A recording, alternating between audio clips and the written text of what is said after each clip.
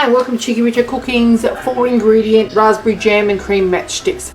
Really simple to do. We've just got our Kmart Sausage Roll Maker. We have lined it with the thawed pastry. Just fold it in half like so, close the lid and turn it on. Don't worry about trying to fill the top part. Don't worry about cutting it either. Now, we've got some raspberry jam here. Typically it's nice and red. I buy these because I really like the jars and I can reuse them again in other recipes. Confectioner's sugar or icing sugar and some unsweetened, just whipped cream. Okay, whip your cream yourself if you like. I'll show you how to make these. They are incredibly simple. Here's a couple that we made earlier.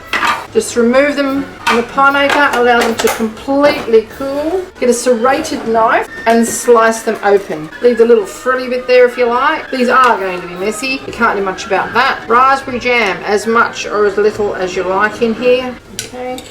Shake your cream, give it a squirt. Tidy up any little end bits.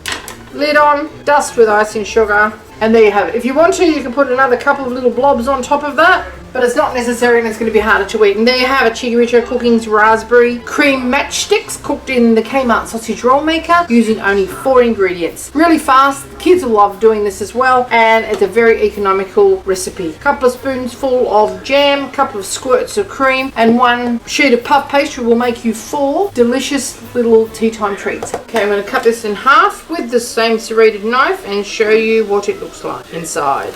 I told you it was easy. Thanks for watching. Who doesn't love raspberry jam with fresh cream and crispy pastry? Not me.